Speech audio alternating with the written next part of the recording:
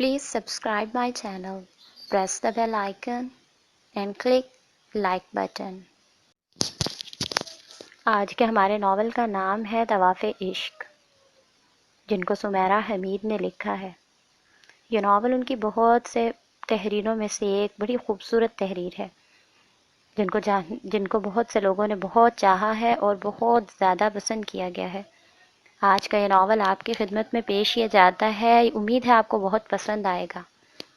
اگر آپ کو پسند آئے تو آپ اس کو لائک اور شیئر کریں، اور جو لوگ ہمارے چینل پر نئے ہیں وہ ہمارے چینل سبسکرائب کریں اور بیل آئیکن پر پریس کریں تاکہ آپ کو ہر نیا آنے والا ناول فوراً ملتا رہے۔ امید ہے کہ آپ کو ہمارا یہ ناول پسند آئے گا، تو چلیے چلتے ہیں اپنے ناول کی طرف۔ نیل گواہانے آسا ہے۔ وقت کے لمحے اور دریا کی لہریں ایک جیسی نہیں رہتی، لیکن وہ پانی کہیں نہ کہیں تو موجود ہوگا جس نے عصائے نبی کی ضرب پر لبیک کہا ہوگا۔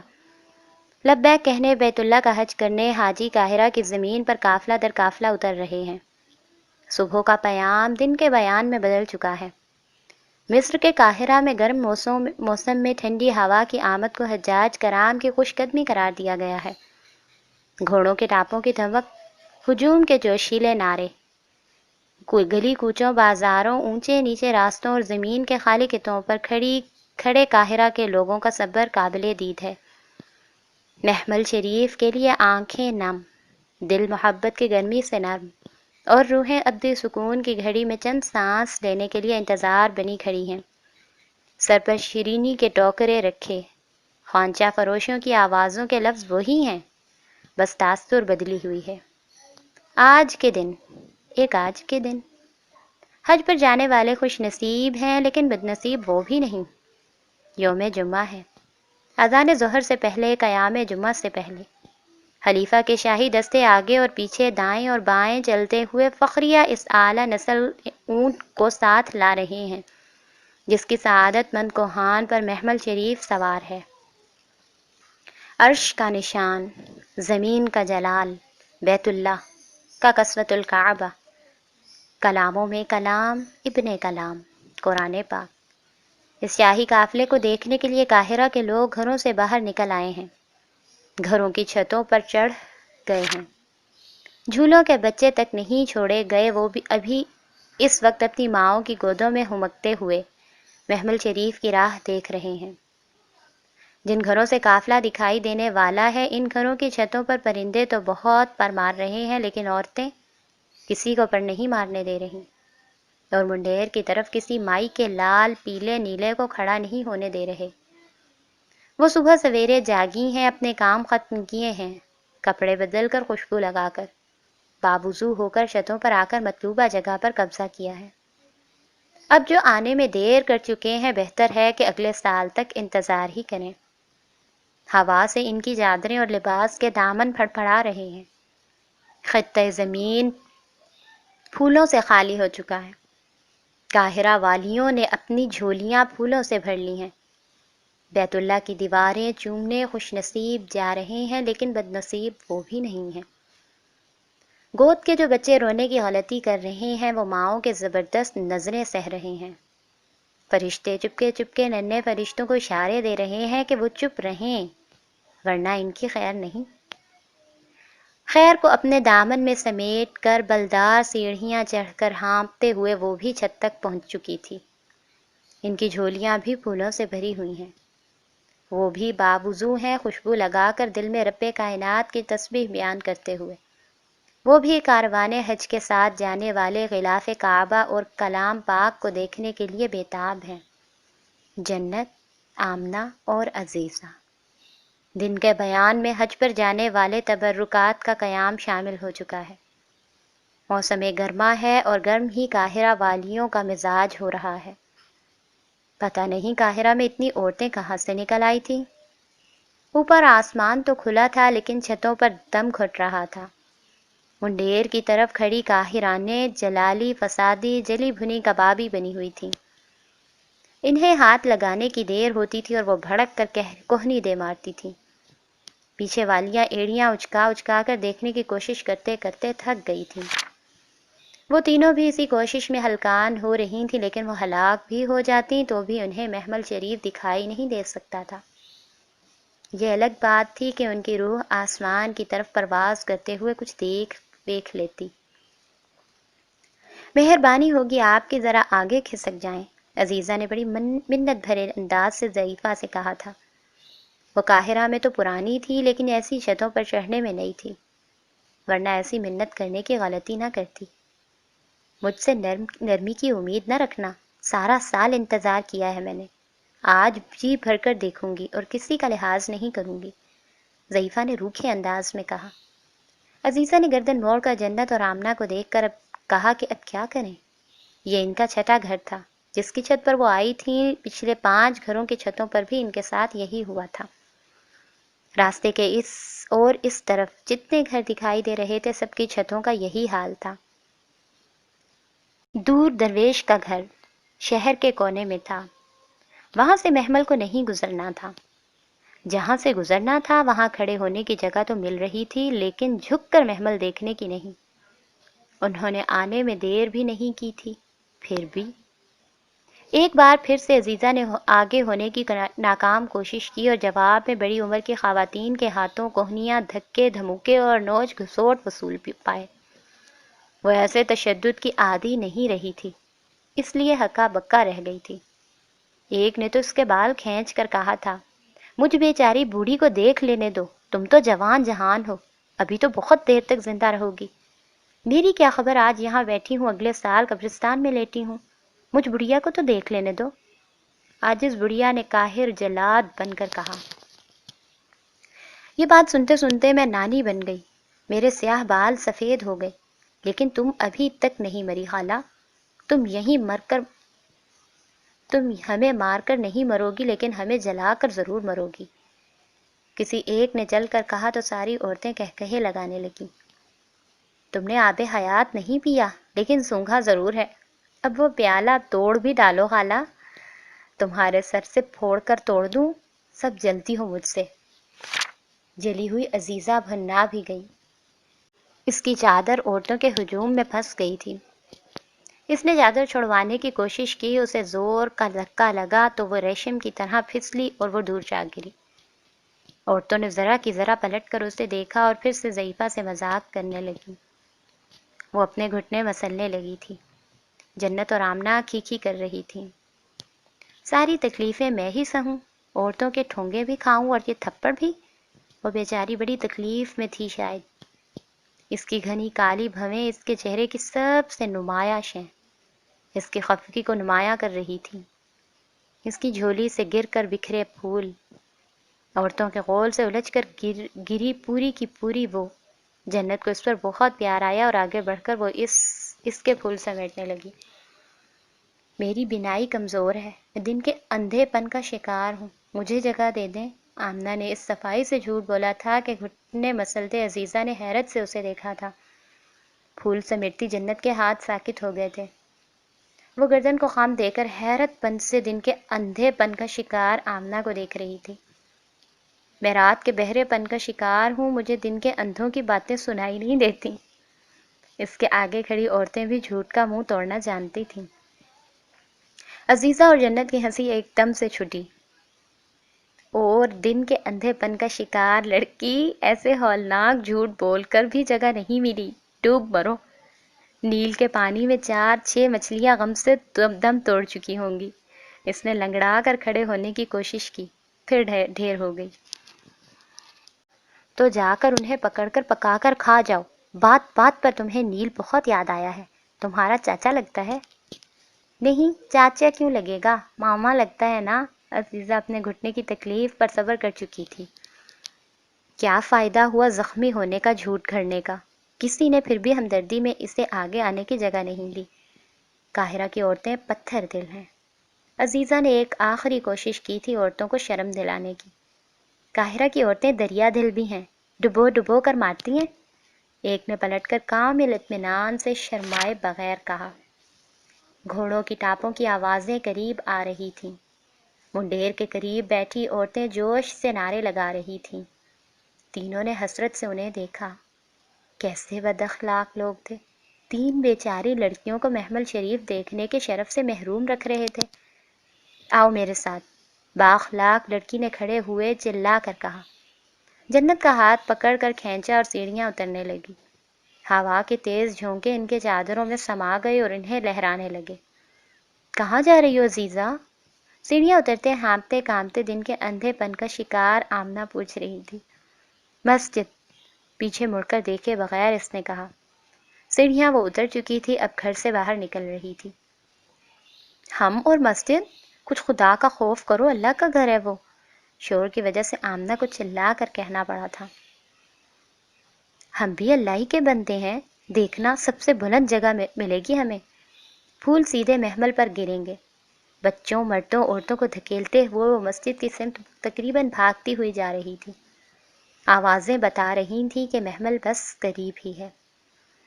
آج کے دن بھی یہی ہلاکت خیز گناہ ہوں گے۔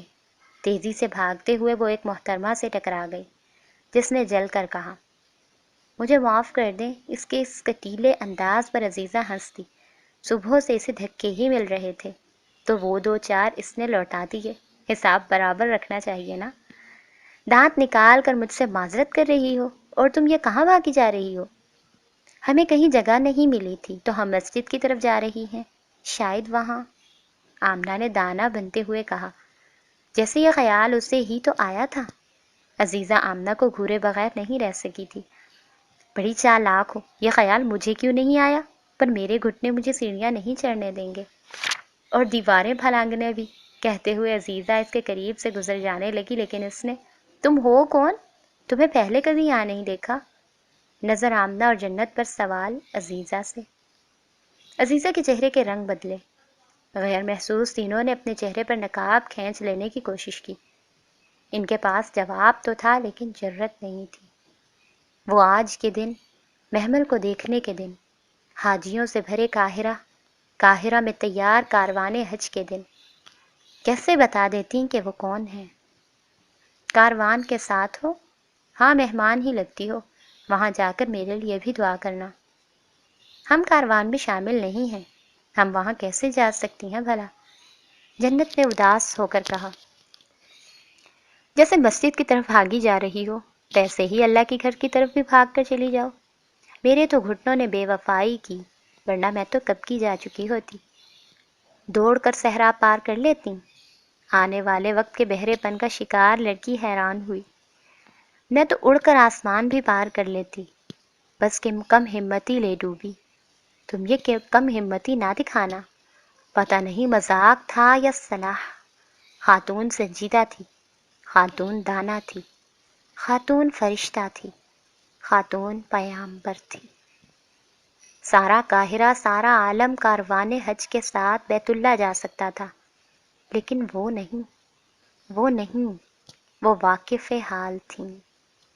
بچے مسجد کے قریب اور جوار میں بھاگے پھر رہے تھے، نعرے لگا رہے تھے۔ وہ مسجد کی سمت بھاگ گئیں، اوپر کی طرف جاتی سیڑھیاں چڑھ کر مشکل سے ہی صحیح، لیکن وہ مسجد کے گنبد تک پہنچنے میں کامیاب ہو گئیں۔ انہوں نے کبھی دیواریں وغیرہ پھلانگی تو نہیں تھیں، لیکن اب ایک دوسرے کے ہاتھوں کا سہارا لے کر وہ دیواریں پھلانگ کر گنبد کے چبوترے تک پہنچ چکی تھیں۔ سب سے پہلے عزیزہ کھڑی ہوئی تھی اور اس کا منہ حیرت سے کھلا رہ گیا تھا۔ اتنی بلندی سے شہر کے نظارے کا یہ اس کا پہلا موقع تھا۔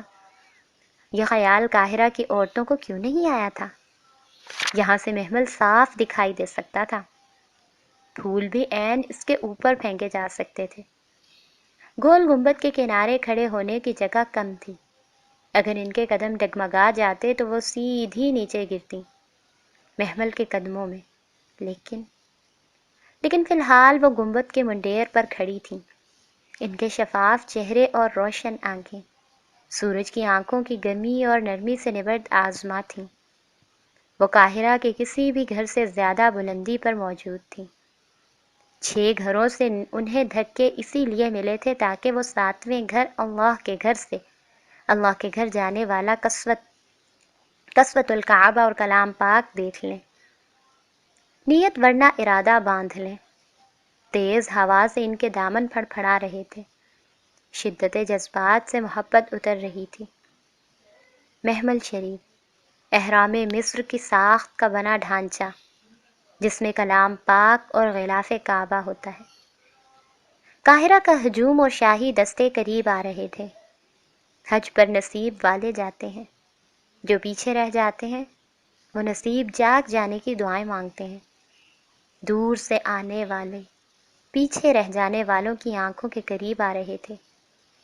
غیر محسوس تینوں نے چادریں کھینچ کر چہروں کو چھپا لینا چاہا۔ متبرکات کو ایسے کھلے منہ دیکھنے سے انہیں شرم آئی۔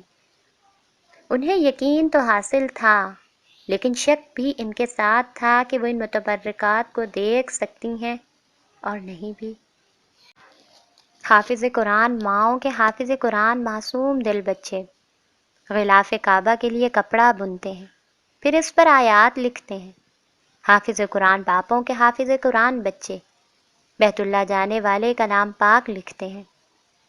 ایسی حفظ محبت سے، ایسے والہانہ سیاہ رنگ عشق سے آنکھیں چار کرنے سے انہیں شرم آئی، لیکن تینوں کی نظر ایک ساتھ محمل شریف پر پڑی تھی۔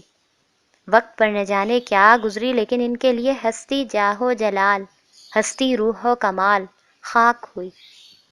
نبیوں کی سواری، عاجزی کی نشانی، چوپایوں میں درویش چوپائے اونٹ نے سر اٹھایا۔ انہوں نے سر جھکایا اور دیکھا، وہ قاہرہ سے ہی تھیں، لیکن شہر کے دوسرے کنارے سے۔ انہوں نے کبھی محمل کو دیکھنے کا گناہ نہیں کیا تھا۔ وہ کلام پاک، غلاف پاک کو اپنی ناپاک نظروں سے دور ہی رکھنا چاہتی تھیں۔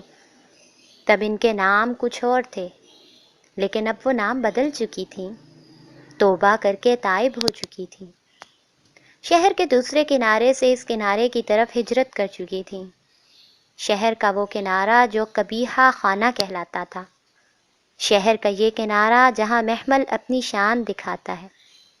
جیسے زمین کے کنارے ویسے آسمان کے کنارے، نہ ستون نہ سیڑھیاں، بس درجے اور منزلیں۔ نماز شرف ملاقات، حج شرف عشق دیوانہ وار ہے۔ کلام پاک، غلاف پاک نے ان کی بے نور آنکھوں کو نور نور کر دیا تھا۔ قاہرہ کے رہنے والوں کی آوازیں حمد و ثنا سے معطر تھیں۔ کائنات کی خاموشی اس عطر سے واقف تھی، وہ بھی زیر لب حمد و ثنا کر رہی تھی، دیوانہ وار پھول پھینک رہی تھی۔ سبحان اللہ، بے ساختہ آمنہ نے تعریف کی۔ الحمدللہ، جنت نے اب جانا تھا کہ شکر کا لمحہ کب آتا ہے۔ انشاءاللہ، عزیزہ نے دل کی دعا روح کی نیت پر کہا۔ انہوں نے زندگی میں کبھی ایسی خوشی حاصل نہیں کی تھی جو اس وقت کر چکی تھیں۔ جب تک محمل نظروں سے اوجھل نہیں ہو گیا تھا وہ وہیں کھڑی رہی تھیں۔ پھر تینوں ایک ایک کر کے گنبد کے چبوترے سے کود گئیں۔ نماز جمعہ کا وقت ہونے والا تھا۔ مسجد میں نمازیوں کی تعداد بڑھنے لگی تھی۔ تم سب کہاں سے آ رہی ہو؟ وہ مسجد کی سیڑھیاں اتر کر وضو کے لیے حوض کے سمت جا رہی تھی کہ مسجد کے خادم نے حیران پریشان ہو کر پوچھا۔ ہم اوپر تھیں، محمل شریف دیکھنے گئی تھیں۔ عزیزہ جرت مند تھی، حق پر بھی تھی۔ خادم کا منہ بن گیا۔ یہ مسجد ہے، احرام نہیں کہ تم کودتی پھلانگتی اوپر چڑھ جاؤ۔ یہ اللہ کا گھر ہے، اور اللہ کے گھر پر اللہ کے ہر بندے کا حق ہے۔ ہم نے مسجد کے کسی بھی حصے کی بے حرمتی نہیں کی۔ خادم حیران عزیزہ کو دیکھ رہا تھا۔ تمہاری زبان کینچی کی طرح چل رہی ہے، یہ کینچی تمہیں کاٹ ہی نہ دے، ذرا پیچھے ہٹ جاؤ، ہمیں نماز بھی پڑھنی ہے۔ جنت دونوں کے درمیان میں سے جگہ بناتے ہوئے حوض کی سمت بڑھ گئی۔ مسجد میں حج پر جانے والے نمازیوں کی تعداد زیادہ تھی، عورتوں کا حصہ بھی کھچا کھچ بھرا ہوا تھا۔ وہ تینوں ایک ایک کو غور سے دیکھ رہی تھیں۔ آپ تو بہت خوش ہوں گی نا؟ نماز جمعہ کے بعد وہ ایک سیاہ فام عورت کے پاس آ کر بیٹھ گئیں۔ پوچھے بغیر رہا نہیں گیا تھا۔ عورت عاجزی سے ہنس دی۔ الحمدللہ، کیا نام ہے تمہارا؟ میرا نام عزیزہ ہے، میں ایک بہادر لڑکی ہوں۔ یہ جنت ہے، اس جیسی ڈرپوک لڑکی پورے مصر میں نہیں ملے گی۔ اور یہ آمنہ ہے، یہ کسی نہ کسی بیماری کا شکار رہتی ہے۔ کچھ دیر پہلے یہ اندھے پن کا شکار تھی، کچھ دیر بعد یہ لنگڑے پن کا شکار ہو جائے گی۔ یہ صورتحال کے ساتھ ساتھ اپنی بیماریاں بدلتی رہتی ہے۔ ویسے اس کی سب سے بڑی بیماری اس کا انسان ہونا ہے۔ عورت کتنی ہی دیر تک ہنستی رہی۔ مہنے ہو؟ نہیں سہیلیاں، بہت خوش قسمت ہیں آپ، ایسا کریں مجھے بھی اپنے ساتھ لے جائیں۔ عزیزہ نے جھجکے بغیر کہا، میرے اختیار میں ہو تو میں ایک ایک مسلمان کو اپنے ساتھ لے جاؤں، وہاں جا کر میں تم تینوں کے لیے دعا کروں گی، تم تینوں کا نام لے کر کروں گی۔ جب میرے گھر کے سامنے سے قافلے گزر کر جایا کرتے تھے تو میں بھی چلا چلا کر ایک ایک سے کہتی تھی کہ ام ہانی کا نام لے کر دعا کرنا، وہ اللہ کے گھر کا سفر اختیار کرے۔ پتہ نہیں کس کی دعا مجھے لگ گئی ہے، میں نے اور میرے شوہر نے 9 سال مٹی کے برتن بنائے ہیں، پھر بھی کسی قافلے کے ساتھ آنے کی جرت نہیں کر سکے۔ ہم نے اپنے پیٹ نہیں کاٹے، نفس کاٹے ہیں۔ ایک بار سب چوری ہو گیا تھا، میرے جانور مر گئے، بارشوں نے گھر تباہ کر دیا۔ یہ 10واں سال تھا، پھر 11ویں سال میں نے اسباب کے بجائے اعمال جوڑنے شروع کر دیے۔ میں نے ضد کے گھڑے کو چاہت کے پانی میں بدل دیا، سفر کے شوق کو محبت کی لبیک میں، اور ایسے میرا قرا نکل آیا۔ میرے شہر کے سب حیثیت عورت نے میرا سفر خرچ ادا کیا ہے۔ وجہ کوئی بھی بنے، حکم بس ایک کا ہی چلتا ہے، اور تبھی سب ہوتا ہے۔ محبت کی لبیک، حکم، عمل، چاہت کا پانی، سب سوال اور سب جواب ختم ہو گئے۔ تینوں چپ چاپ مسجد سے باہر آ گئی تھیں، بازار سے ہو کر، گلیوں سے گزر کر، شہر کے اجاڑ کنارے پر آباد، درویش کے درویش صفت گھر کی سمت۔ میدان میں بچے فرضی شیطان کو کنکریاں مار رہے تھے۔ میں حج پر جانا چاہتی ہوں۔ چلتے چلتے رک کر عزیزہ نے کہا، وہ ہمارے رب کا گھر ہے، اس پر ہمارا بھی حق ہے۔ ہم صاحب اعمال نہیں ہیں عزیزہ، ہم سب گنہگار ہیں۔ آمنہ کو عزیزہ کی بات سن کر حیرت ہوئی تھی۔ ہمارا ماضی ہمارے فرائض کے راستے میں کھڑا نہیں ہو سکتا۔ توبہ میری ڈھال بن چکی ہے، اس پر مایوسی کا ہتھیار نہ چلاؤ۔ ہم بھی کسی عام مسلمان کی طرح انسان ہیں۔ ماضی ہمارا انجام طے نہیں کر سکتا، وہ ہمارا سامان سفر تباہ و برباد نہیں کر سکتا۔ دونوں اس کی شکل دیکھ رہی تھیں۔ میں نے اس رب کے لیے سب کچھ چھوڑ دیا، اس نے مجھے ہدایت تو دی، میں نے بھی لبیک کہا۔ میرے گناہ سیاہ سمندر، اس کا بے رحم کنارہ بحر، میرے گناہ زمین سے آسمان، اس کی بخشش 7 آسمان۔ بے شک، آمنہ نے بے ساختہ کہا، کیا تم دونوں نے بھی یہی نہیں کیا؟ میرا حسن جو چاند کا ٹکڑا تھا، میں نے اسے کمتر سمجھا تو کس لیے؟ محلوں سے نکل کر خود کو خاک کیا تو کس کے لیے؟ کس چیز نے مجھے ایسے بدرنگ پھٹے پرانے کپڑے پہننے پر مجبور کر دیا؟ وہ کیا ہے جس کے آگے ریشم و کمخواب بے حیثیت ہیں، ہیرے جواہرات پتھر کے ٹکڑے ہیں۔ کھیل کود کرتے بچوں کے شور کی وجہ سے اپنی آواز بلند کرنی پڑتی تھی، دونوں خاموش تھیں۔ کیا یہ سب میں نے اپنے رب کے لیے نہیں کیا؟ راہ حق پر چلنے کے لیے میں نے ایک بھی بار پلٹ کر نہیں دیکھا، کسی چیز کے لالچ نے میرا دامن نہیں کھینچا۔ ہمارا رب، جس کی محبت میں ہم نے سب کچھ چھوڑ دیا، دنیا کو خاک کیا اور عرش والے کے لیے اہتمام کیا، نماز قائم کی اور روزوں کے لیے تیاری کی، تو کیا اس رب کے گھر کے طواف پر ہمارا حق نہیں؟ ہم کاروانے حج میں شامل نہیں ہو سکتے، نہ اس سال نہ آنے والے کسی سال۔ جنت کو اس کی نیت توڑنی ہی پڑی۔ یہ اہتمام اللہ کو کر لینے دو، اس کی نیت ارادے میں بدل چکی تھی۔ ہمیں یہ سفر کوئی اختیار کرنے نہیں دے گا، آمنہ نے حقیقت بیان کی۔ یہ اختیار والا دیکھ لے گا، اس نے یقین کے ترجمانی کی۔ عزیزہ ان دونوں سے ہم عمر میں چھوٹی تھی۔ اپنے گھنے بالوں کو وہ 2 حصوں میں بانٹ کر بل دے کر نیچے گرا لگا لیتی تھی۔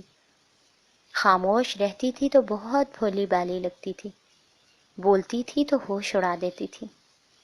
یہ وہی تھی جس نے درویش کی تبلیغ پر توبہ میں پہل کی تھی، یہ وہی تھی جس کی وجہ سے وہ دونوں آج اس کے ساتھ تھیں، شہر کے اس کنارے سے دور، شہر کے اس کنارے میں مشغول۔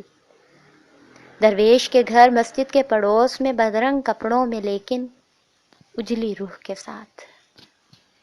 میں جانتا تھا کہ میرا امتحان آنے والا ہے، روٹی کے چھوٹے چھوٹے ٹکڑے کر کے درویش پانی سے بھری رکاب میں بھگو رہا تھا۔ یہ اس کا پسندیدہ کھانا تھا۔ اس کا اصل نام منان یوسف تھا، لیکن وہ درویش کے لقب سے مشہور تھا۔ امتحان خوش نصیبوں کو نصیب ہوتے ہیں، بے ساختہ عزیزہ کے منہ سے نکلا۔ تم حج پر کیوں جانا چاہتی ہو؟ وہ تینوں سے پوچھ رہا تھا۔ یہ سب لوگ چولہے کے پاس بیٹھے تھے۔ درویش کی بیوی روٹیاں پکا رہی تھی۔ جنت سب کو کھانا نکال نکال کر دے رہی تھی۔ عزیزہ کھا چکی اور آمنہ کا دل کھانے سے اٹھ چکا تھا۔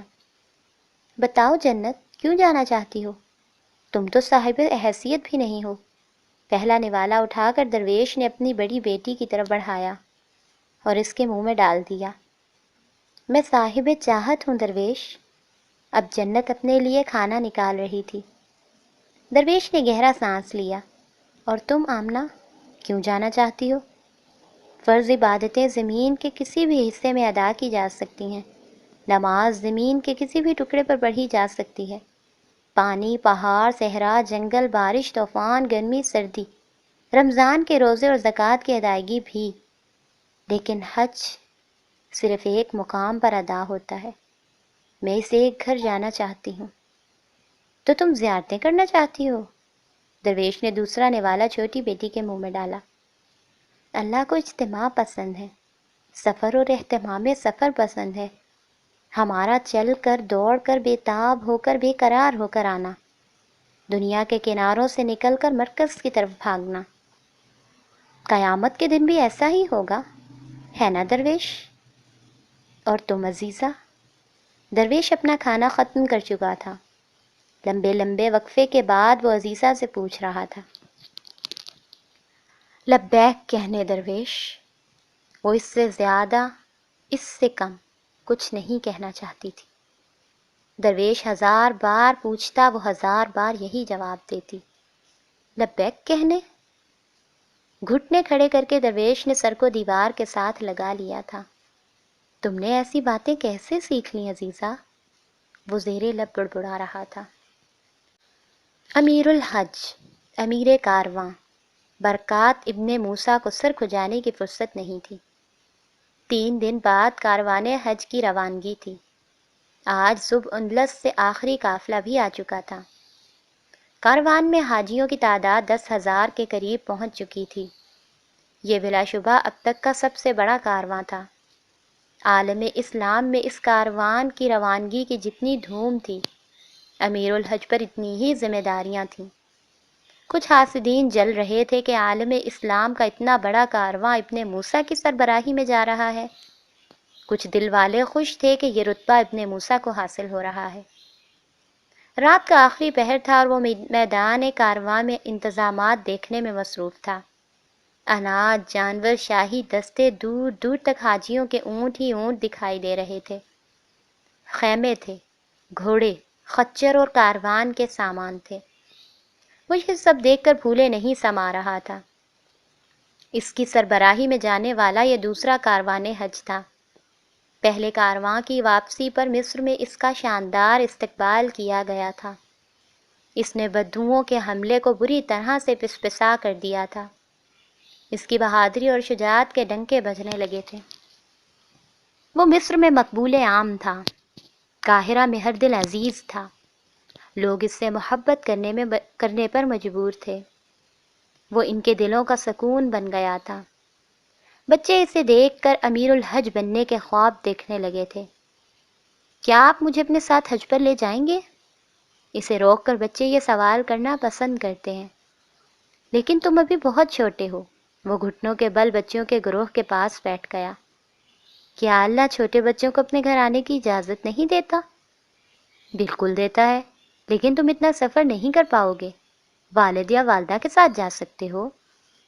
والد کہتے ہیں وہ غریب ہیں، والدہ کہتی ہیں وہ غریب کے زوجہ ہیں۔ میں 2 غریبوں کا معصوم بیٹا ہوں، کیا کروں اب تم 2 غریبوں کے امیر ہونے کی دعا کرو۔ برکات ابن موسیٰ ہنسے بغیر نہیں رہ سکا تھا۔ آپ امیر الحج کیسے بنے؟ غریب بچے کے ساتھ کھڑے امیر بچے نے پوچھا۔ میری والدہ حج کرنے کے لیے گئی تھیں اور پھر واپس نہیں آ سکی تھیں۔ گہرا سانس، گہری آہ۔ آپ بدوؤں سے بدلہ لینے کے لیے امیر الحج بنے؟ والد کہتے ہیں آپ نے بدوؤں کو مزہ چکھا دیا تھا۔ وہ ہنس دیتا، رونا چھپا لیتا۔ وہ ساری دنیا کے بدوؤں کو مزہ چکھا دیتا تو بھی والدہ کو واپس نہیں لا سکتا تھا، جو اس کی پیشانی چوم کر اونٹ پر سوار ہوئی تھی۔ وہ پھر فرشتہ اجل کے ساتھ پرواز کر گئی تھی۔ ان دنوں وہ ہر روز کارواں کی واپسی کی راہ دیکھا کرتا تھا۔ شہر کے جس کنارے سے اس نے والدہ کو رخصت کیا تھا، اس کنارے پر کھڑا ہو کر وہ انہیں خوش آمدید کہنے کے لیے بےتاب رہتا تھا۔ بیوہ ماں کے بچوں کے پاس انتظار کے سوا ہوتا ہی کیا ہے؟ دکھائی دینے والی ایک صورت، سنائی دینے والی بس ایک آواز، تسلی دینے والا بس ایک دل، ساری زندگی کا سرمایہ بس ایک ماں۔ یتیم بچوں کے دل کی ہر ایک دھڑکن ماں کے دل کے ساتھ دھڑکتی ہے۔ جس دن کارواں واپس آیا وہ پاگلوں کی طرح کارواں کے پیچھے بھاگا تھا۔ سارا شہر استقبال کے لیے موجود تھا۔ وہ ایک ایک اونٹ ایک ایک حاجی کو دیکھ رہا تھا۔ وہ ایک ایک اونٹ کی سمت دیوانہ وار بھاگ رہا تھا، لیکن اسے اپنی حاجن والدہ کہیں دکھائی نہیں دے رہی تھی۔ سب حاجی اسے روک روک کر گلے سے لگا رہے تھے، اس کی پیشانی چوم رہے تھے، اس کی آنکھوں کے آنسو پونچھ رہے تھے جو ماں کو دیکھنے کی تڑپ میں بہہ نکلے تھے۔ تمہاری والدہ بدوؤں کے حملے میں شہید ہو چکی ہے میرے بیٹے، امیر الحج اس کے پاس آ کر اسے سینے سے لگا کر بتا رہے تھے۔ حج بھی اور شہادت بھی، اتنے سارے حاجیوں کے سینے سے لگنے کے باوجود، صبر کی اتنی زیادہ تھپکیاں ملنے کے باوجود، وہ پھوٹ پھوٹ کر رونے لگا تھا، زمین پر ڈھیر ہو کر، زمین کی مٹی سے مٹھیاں بھر کر۔ اب زمین کی ہر شے مجھ سے زیادہ خوش قسمت کہلائے گی، وہ چولہے کی راکھ اور سوکھی گھاس کا تنکا ہی کیوں نہ ہو۔ وہ روتا جاتا تھا، کہتا جاتا تھا۔ اس نے ہمیشہ حج سے واپس آنے والے دیکھے تھے، حج سے شہید ہو کر واپس نہ آنے والے نہیں دیکھے تھے۔ دیکھا تو اپنی ہی والدہ کو۔ حاجیوں نے اس کی جھولی مکے سے لائے تبرکات سے بھر دی تھی۔ امیر الحج نے اسے تحائف دیے تھے، لیکن دنیا میں ماں کا کوئی نعم البدل ہو سکتا تو پھر رونا ہی کس بات کا تھا؟ دنیا کے سارے خزانے اور سارے رتبے ایک ماں دے سکتے تو تڑپنا ہی کس بات کا تھا؟ وہ کبھی یہ نہیں سمجھ سکا تھا کہ جو لوگ بے ضرر ہوتے ہیں انہیں ہی سب سے زیادہ ضرر کیوں پہنچتے ہیں، جو اللہ کے راستے پر ہوتے ہیں انہیں ہی کیوں تلواروں کے زخم ملتے ہیں۔ کیا بدو جانتے نہیں کہ حاجیوں کا کیا مقام ہوتا ہے؟ وہ کارواں حج کو کیسے لوٹ سکتے ہیں؟ وہ بدوؤں سے پوچھنا چاہتا تھا کہ ایسی بیوہ عورت جس نے جوانی کو بڑھاپا کر لیا اور اکلوتی اولاد کی پرورش میں چکی پیس پیس کر رزق کمایا، ایسی عورت کو لوٹ کر مار کر انہیں کیا ملا؟ کیا انہیں دکھائی نہیں دیا کہ اس کی پیشانی پر سجدوں کے نشان کتنے گہرے تھے؟ اور اس عورت کی عاجزی کیسی بلندی پر تھی؟ انہوں نے ایسی صابر عورت کو ہلاک کیوں کیا؟ 18 سال بعد وہ خود امیر الحج بن چکا تھا۔ یہ عام رتبہ نہیں تھا۔ دمشق سے چلنے والا کاروان حج اور قاہرہ سے چلنے والا کاروان قصوۃ الکعبہ، عالم اسلام کے یہ دونوں کارواں عالم اسلام کا فخر تھے۔ ایسا پل جو عازمین حج کو ان کی منزل تک پہنچاتے تھے۔ مصر اور دمشق کو اپنے کاروانوں پر فخر تھا۔ امیر الحج ہتھیلی پر جان رکھتا تھا اور خطروں کی شہرک پر تلوار۔ اس کی لیاقت اور سمجھ کو للکارنا آسان نہیں تھا۔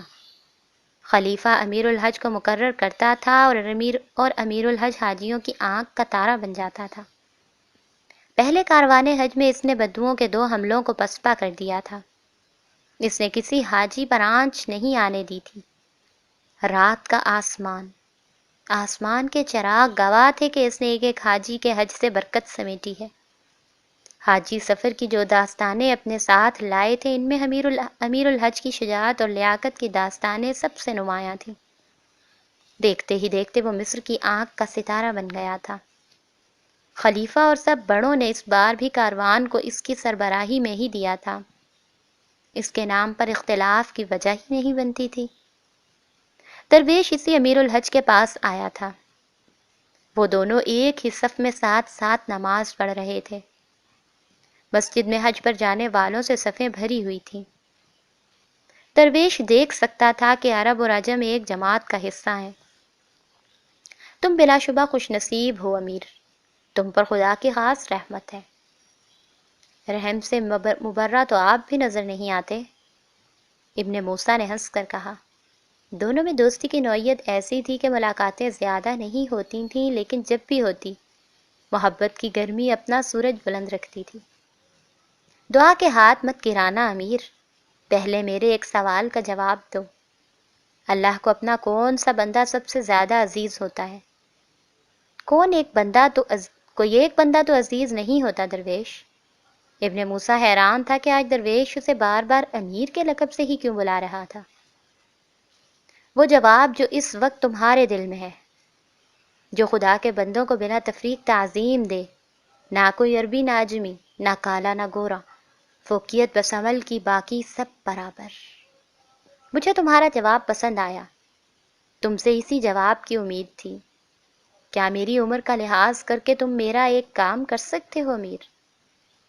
ابن موسیٰ نے کہا لگایا، آپ مجھے بار بار امیر کیوں کہہ رہے ہیں؟ کیونکہ میری حاجت امیر الحج سے ہے، ابن موسیٰ سے نہیں۔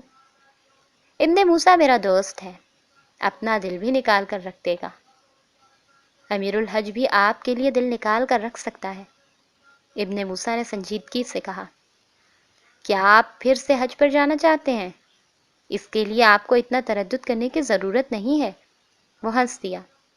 میں آپ کے لیے سواری اور خرچ کا انتظام کر سکتا ہوں۔ میں 3 حصوں میں تقسیم ہوں، کیا تم میرے تینوں حصے لے جاؤ گے؟ 3 حصے؟ یعنی 3 لوگ؟ ہاں، میں 3 حصوں کو لے جاؤں گا، لیکن آپ کے یہ 3 حصے میری گردن پر زیادہ بھاری نہیں پڑنے چاہیے۔ اونٹ کے کوہان کی عظمت بلند ہے، لیکن امیر الحج اپنی حد سے آگے عظمت نہیں دکھا سکتا۔ عظمت اپنی حد سے آگے گزر جانا ہی ہوتا ہے امیر۔ قربانی اسے ہی کہتے ہیں جو ابراہیم علیہ السلام نے کی۔ بھلا بیٹوں کی گردنوں پر چھریاں رکھی جاتی ہیں؟ حد میں رہ کر بھی کسی نے کبھی عظمت پائی ہے؟ ابن موسیٰ لاجواب ہو چکا تھا۔ دیکھو، تم مسجد میں بیٹھے ہو، رحمان کے حضور موجود ہو، تم امیر الحج ہو، اپنے لفظوں سے نہ پھرنا۔ کسی کو زبان دے چکے ہیں آپ، ایسے پہلے کبھی اصرار نہیں کیا۔ نہ زبان دی ہے نہ عہد کیا ہے، ایک امتحان آیا ہے، اس پر کھرا اترنا ہے۔ آپ اور آپ کے امتحان درویش، اللہ والوں کو اپنی آزمائشوں کی بہت فکر رہتی ہے۔ فکر نہ کریں، آپ کسی ایک آزمائش میں ناکام ہو گئے تو بھی آپ گنہگار نہیں کہلائیں گے۔ تم سے ایسی بچکانہ بات کی امید نہیں تھی۔ انسان زندگی کے صحرا میں بھوکا پیاسا دربدر پھرتا ہے اور پھر اسے رب کی محبت کا میٹھا پانی پینے کے لیے ملتا ہے۔ کیا وہ دیوانہ وار اس کے سمت نہیں بھاگے گا؟ کیا چیز اسے روک کر رکھے گی؟ وہ جو بھی ہیں ان کے نام مجھے بتا دیں، میں اندراج کروا دوں گا، میں انہیں اپنے ساتھ ضرور لے کر جاؤں گا۔ درویش کی نظر مسجد کے منبر پر ٹھہر گئی۔ تمہیں سچ بتانا ضروری بھی ہے اور میرا فرض بھی۔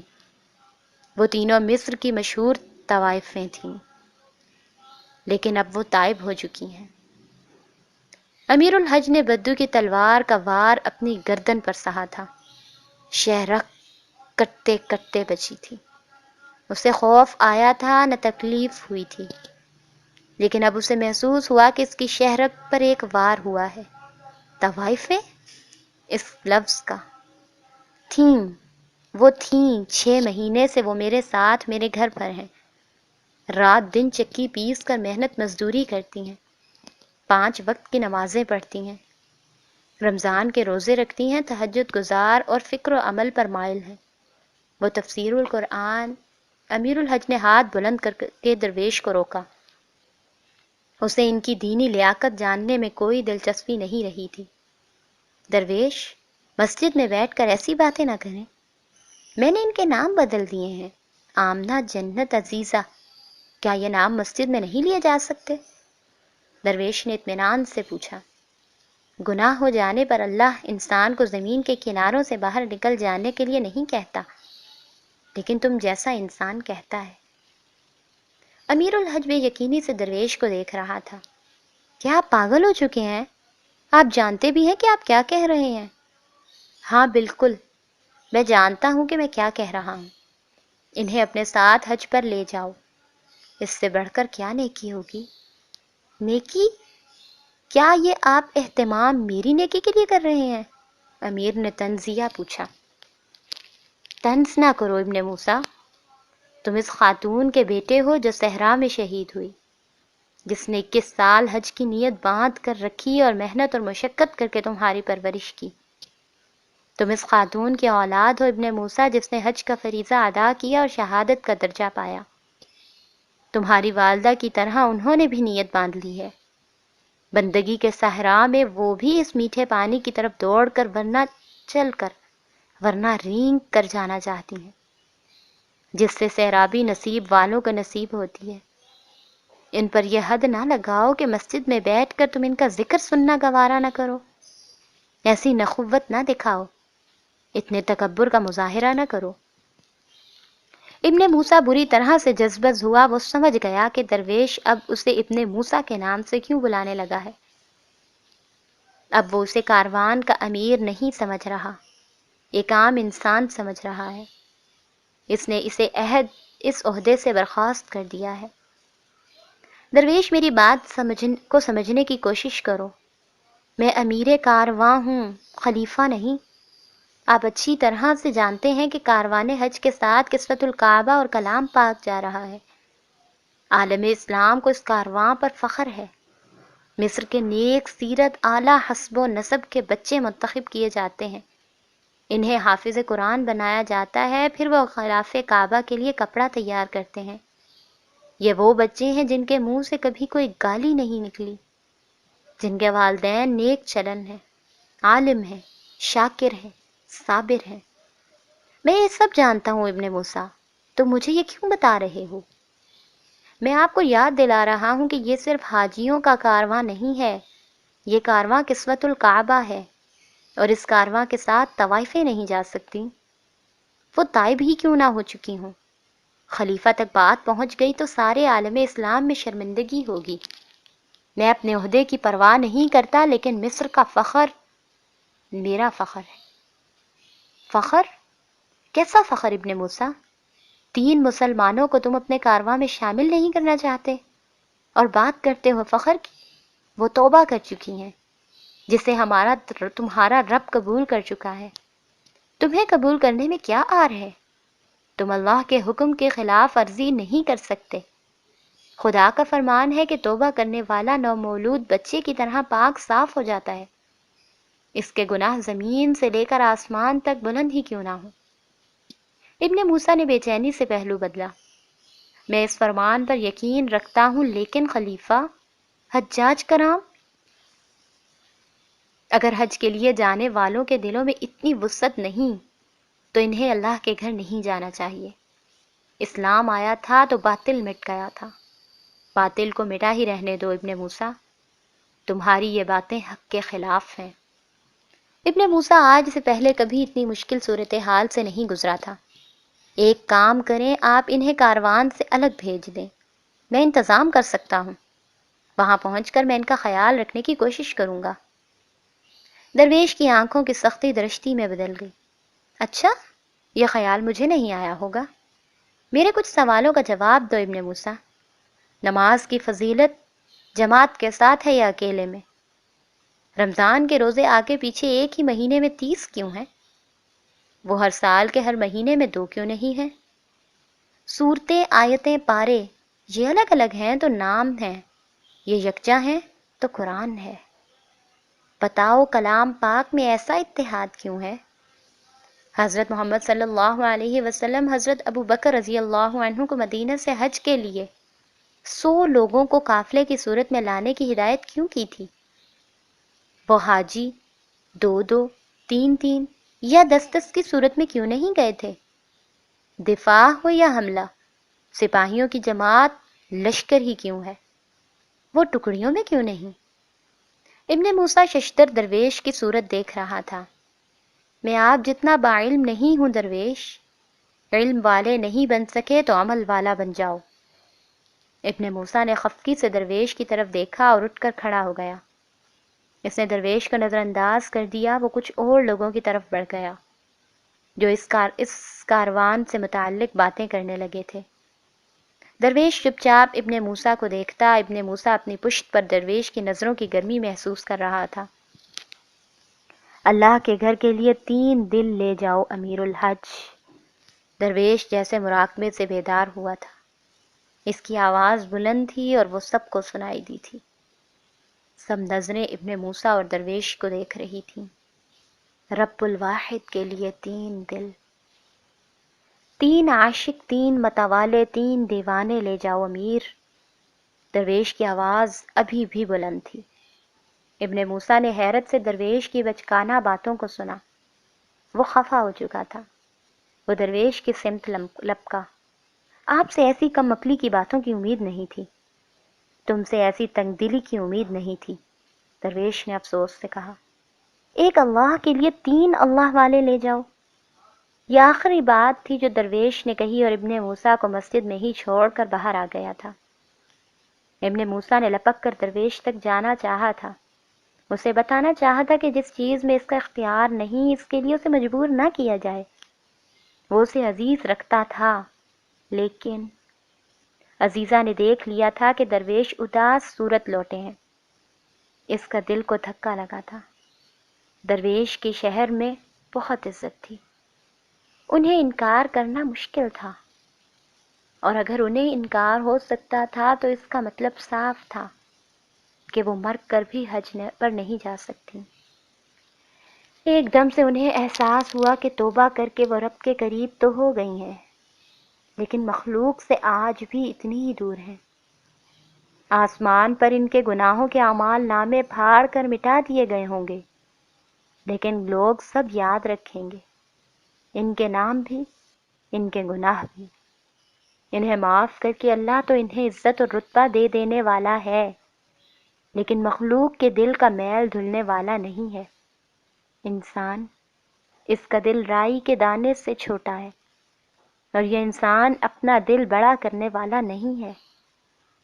ہمارا حسب نسب اور ہمارا ماضی ہمارا پیچھا نہیں چھوڑے گا۔ چکی پیستے ہوئے جنت زیر لب بڑبڑائی تھی۔ درویش کی بیوی کم گو تھی، لیکن اس نے تسلی بخش نظر جنت کی طرف اٹھائی تھی۔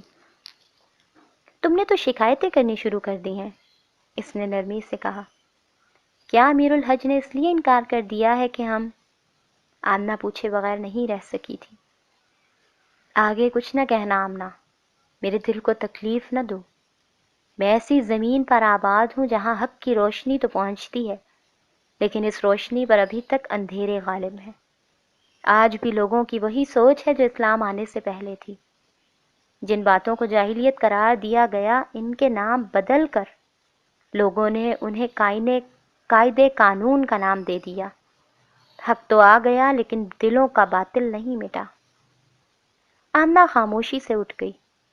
نہ اٹھتی تو پتہ نہیں کتنے اور سوال پوچھ لیتی۔ وہ شوخ و چنچل تھی، پیچھے جو کچھ چھوڑا آگے اس سے بڑھ کر پا لیا۔ کھردری زمین پر پیال پر سوتے ہوئے اس نے اپنی ہنسی کو کن نہیں ہونے دیا تھا، لیکن اب اسے لگا کہ وہ کبھی مسکرا نہیں سکے گی۔ وہ کبھی اس حقیقت کو بھول نہیں پائے گی کہ وہ کون ہیں اور کیا کرتی رہی ہیں۔ کیا ہمیں اپنے گناہ یاد رکھنے چاہیے یا اوقات؟ جنت نے درویش کی بیوی سے پوچھا۔ وہ وسوسوں کا شکار تھی۔ تمہیں صرف اللہ کی رحمت کو یاد رکھنا چاہیے، تمہیں تمہاری حیثیت خود بخود معلوم ہو جائے گی۔ رحمان کی رحمت کو یاد رکھنے کے لیے انہیں اپنی حیثیت بھولنی تھی۔ عزیزہ خاموش تھی، لیکن اندر ہی اندر غصے سے بل کھا رہی تھی۔ وہ اپنا غصہ نکال دینا چاہتی تھی۔ درویش نے لاکھ سمجھایا تھا کہ غصہ عقل کا دشمن ہوتا ہے، لیکن وہ اس دشمن کو پال پوس کر بڑا کر دیا کرتی تھی۔ عقل ویسے بھی ہر وقت استعمال میں نہیں لائی جا سکتی تھی۔ وہ دل کی کمزور ہو سکتی تھی لیکن ارادوں کی مضبوط تھی۔ سرے بازار درویش سے پہلی ملاقات کے بعد اس نے نیت کر لی تھی کہ وہ جلد سے جلد اپنی جگہ چھوڑ دے گی۔ 2 دن بعد وہ ان دونوں کے ساتھ لے کر درویش کے ساتھ سیدھے راستے کی طرف آ گئی تھی۔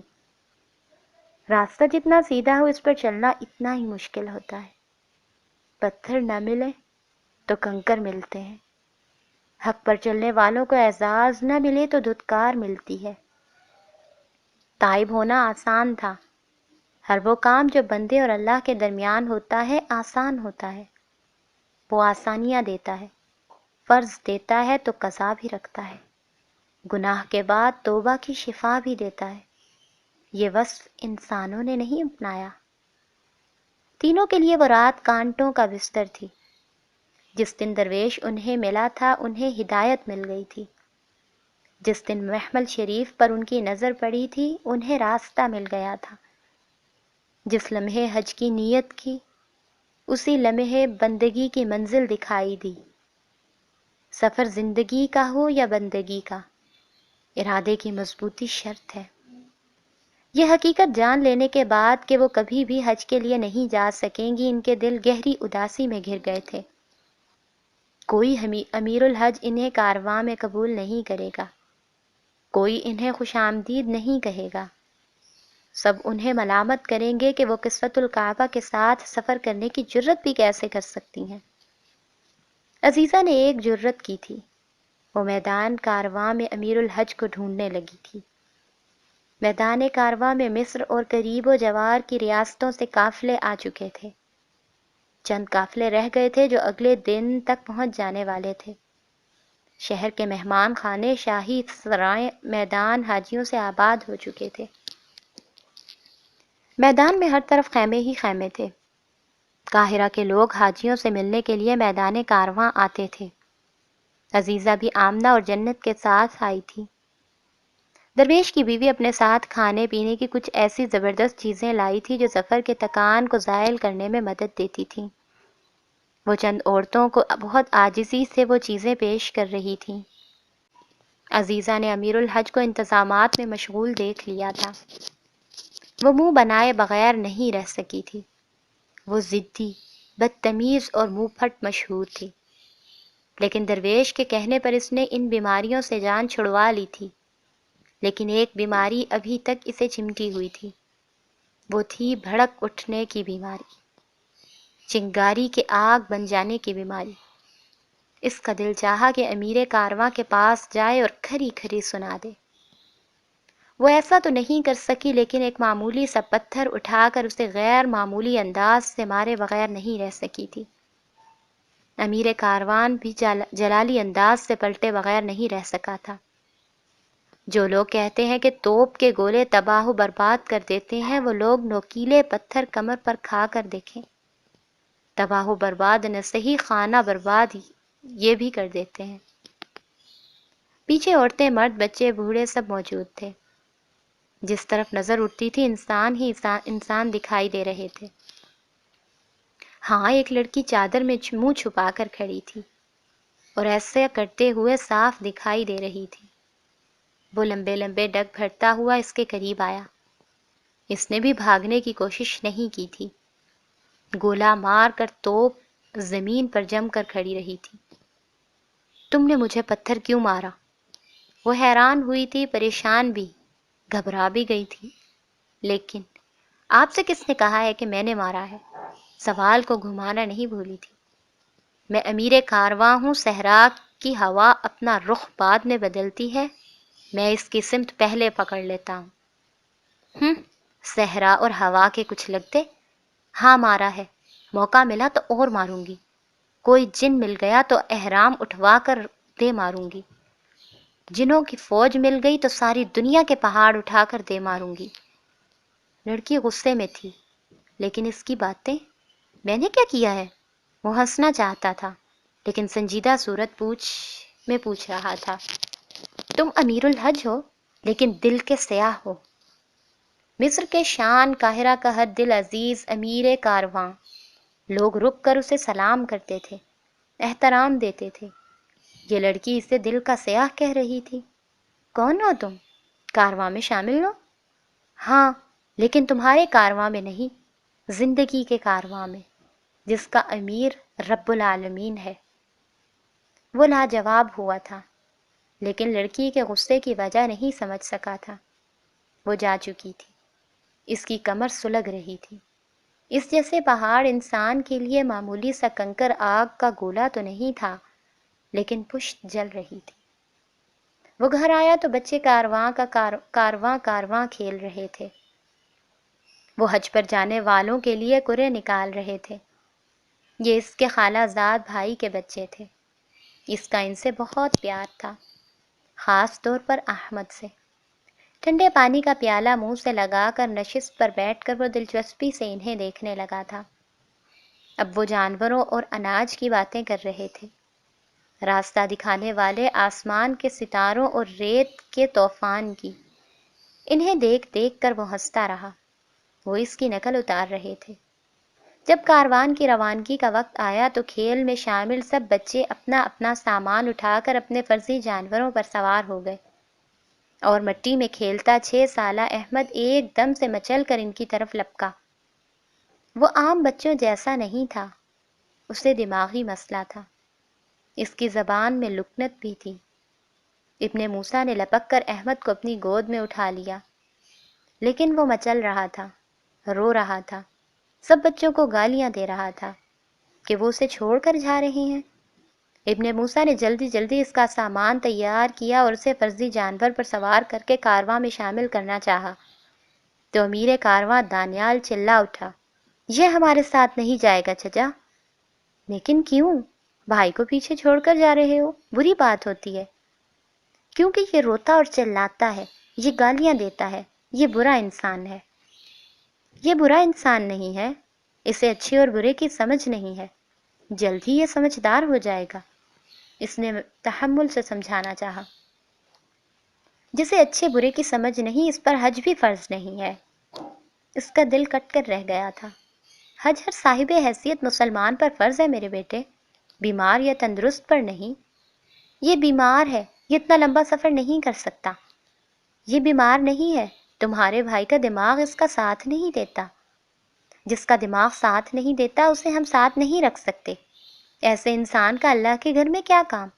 جو ہر انسان کو برا بھلا کہے، اسے گالیاں دے، کیا بری زبان والے اللہ کا گھر دیکھنے کا حق رکھتے ہیں؟ دوسروں کے حق پر لکیر کھینچنے والے تم کون ہوتے ہو؟ یہ نہیں جانتے یہ کیا کہہ رہا ہے؟ بچوں کی تنگ دلی پر وہ ہکا بکا رہ گیا تھا۔ جب یہ نہیں جانتا کہ یہ کیا کہہ رہا ہے تو پھر وہ کیسے کہے گا جو اسے کہنا چاہیے، جو حاجی طواف کرتے ہوئے کہتے ہیں؟ انسان اپنی حاضری کی گواہی زبان سے نہیں روح سے دیتا ہے میری جان۔ روح کیا ہوتی ہے جان؟ ہم تو اس کی زبان کو جانتے ہیں، جو گندی ہے، لکنت زدہ ہے۔ اس کا جسم بدبودار ہے، یہ ناپاک ہے۔ یہ لب کے پاک میں گھر میں کیسے جا سکتا ہے؟ صرف اس لیے کہ امیر کارواں اس کا بھائی ہے؟ نہیں، میں یہ ناانصافی نہیں کروں گا۔ گندی، بدبودار، ناپاک، ابن موسیٰ زیر لب بڑبڑایا۔ بچوں کا کارواں اپنے فرضی جانوروں پر آگے بڑھ گیا تھا۔ پیچھے دھاڑے مار مار کر احمد رونے لگا تھا۔ وہ اس کی گود سے پھسل گیا اور زمین پر لوٹ پوٹ ہونے لگا۔ اس کے رونے کی آواز، اس کے درد کی شدت۔ اس نے آگے چلے جانے والوں کو اور پیچھے رہ جانے والے کو دیکھا۔ جو پیچھے رہ جاتے ہیں دراصل وہی آگے والوں سے آگے نکل جاتے ہیں۔ احمد کے آنسوؤں سے تر گالوں نے اس کا دل 2 ٹکڑے کر ڈالا تھا۔ وہ بار بار ہاتھ اٹھا کر کارواں والوں کی طرف اشارہ کر رہا تھا۔ کارواں کے امیر نے جھک کر احمد کو اٹھایا، اپنے سینے سے لگایا اور قاہرہ کی گلیوں سے گزرتے ہوئے خود کو کہتے پایا، ایک اللہ کے لیے، ایک اللہ والا لے جاؤ۔ نیت، عمل اور ارادے غلط ہو سکتے ہیں، لیکن تڑپ ہمیشہ سچی ہوتی ہے۔ تڑپے بغیر کوئی نہیں روتا، بے چین ہوئے بغیر کوئی طلب نہیں کرتا۔ دعا ہو یا دوا، زخم ملے بغیر کوئی نہیں مانگتا۔ امیر کارواں نے قاہرہ کی پتھریلی زمین پر چلتے ہوئے خود سے کہا۔ احمد ابھی تک رو رہا تھا، مچل رہا تھا۔ اس کے غموں کو چین نہیں تھا، اس کے دل کو سکون نہیں تھا۔ وہ درویش کے دروازے پر دستک دے رہا تھا۔ مجھے معاف کر دو درویش، میں ان تینوں کو کارواں میں شامل کرتا ہوں۔ تم ان سے کہو کہ وہ اپنی شناخت چھپا کر رکھیں، یہ بات ہم 5 لوگوں کے درمیان رہنی چاہیے۔ دروازہ کھلتے ہی امیر الحج نے اپنی نم آنکھیں پونچھے بغیر کہنا شروع کر دیا تھا۔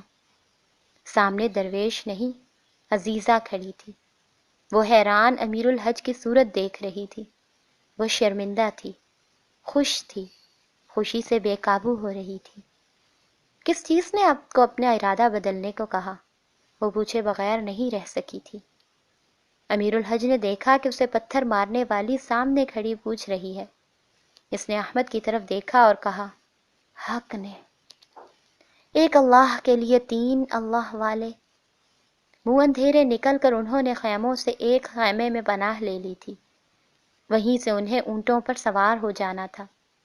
ابن موسیٰ نے انہیں سختی سے کہا تھا کہ انہیں کسی سے بھی بات نہیں کرنی، اپنی شناخت چھپا کر رکھنی ہے، خود کو گونگا بنا لینا ہے، کوئی ان کی آواز تک سے انہیں پہچان نہ سکے۔ حج کے لیے کیے جانے والا سفر مشکل ہوتا ہے، ان کے لیے کچھ زیادہ ہی مشکل ہونے والا تھا۔ احرام، دستی قرآن پاک، جائے نماز اور کچھ ضروری سامان، یہی تو ہے اصل سامان، سفر حج اور سفر حیات دونوں کے لیے۔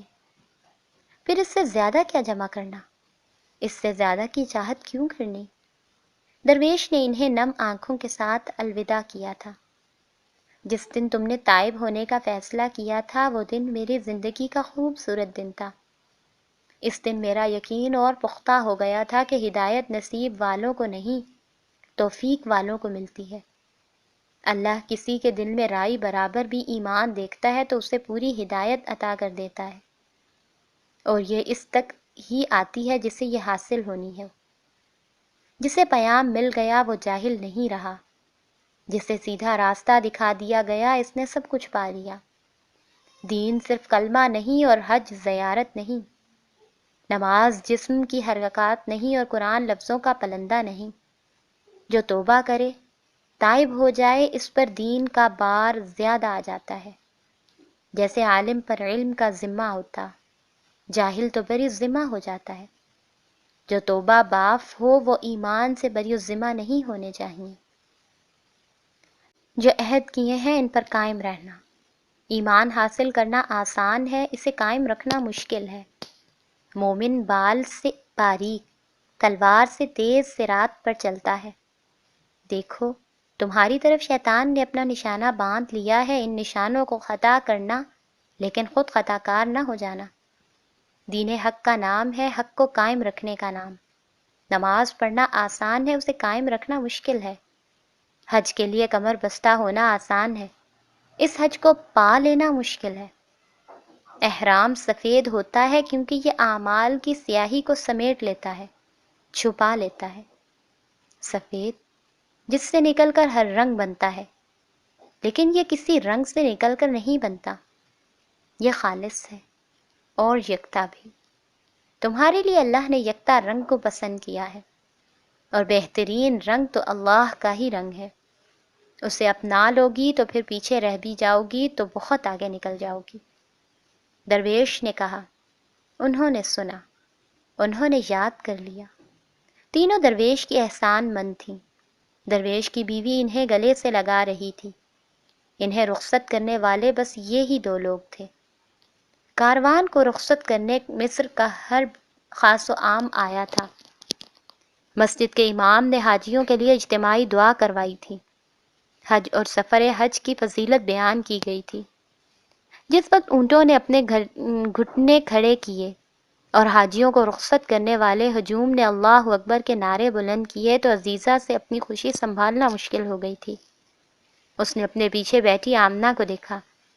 دائیں طرف جنت کا اونٹ تھا، وہ ایک خاتون کے ساتھ بیٹھی تھی۔ ان تینوں نے درویش کو ہجوم میں ڈھونڈنا چاہا لیکن درویش کی بیوی تو دکھائی دیں، لیکن درویش کہیں نظر نہیں آئے۔ انہوں نے اونٹ کی سواری بہت بار کی تھی، وہ گھڑ گاڑیوں میں بھی بیٹھی تھیں، انہوں نے مصر کی بلند عمارتوں پر بیٹھ کر چاندنی راتوں میں کھانے بھی کھائے تھے۔ اعلیٰ عہدیداروں کو اپنے سامنے گھٹنوں کے بل جھکتے ہوئے پایا تھا، لیکن انہیں کبھی اپنا آپ اتنا بلند نہیں لگا تھا جتنا اس ایک اونٹ پر بیٹھ کر لگ رہا تھا۔ قاہرہ کے لوگوں کا ہجوم، حج پر جانے والوں کے عزیزوں کی پرجوش آوازیں، بچیوں کا دف بجانا، ہاتھ بلند کر کے انہیں سفر بخیر کی دعائیں دینا اور اپنا نام لے لے کر دعاؤں کے لیے کہنا۔ جب انسان اللہ کے راستے پر آتا جاتا ہے تو وہ کتنا معتبر ہو جاتا ہے۔ بلندی نصیب ہوتی ہے اور پستی مٹ جاتی ہے۔